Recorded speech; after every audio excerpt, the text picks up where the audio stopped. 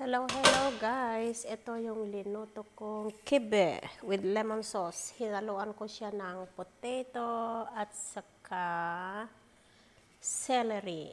Nilagyan ko siya ng garlic at saka mint.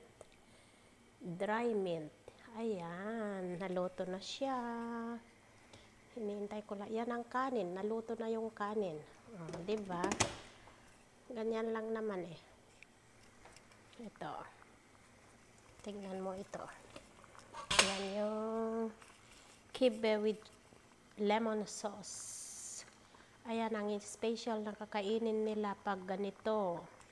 Kasi yung kipor nila bukas, kaya magpa-fasting, ito lang yung kainin nila, light food daw. Ayan, nilagyan ko siya ng 3 lemon ito.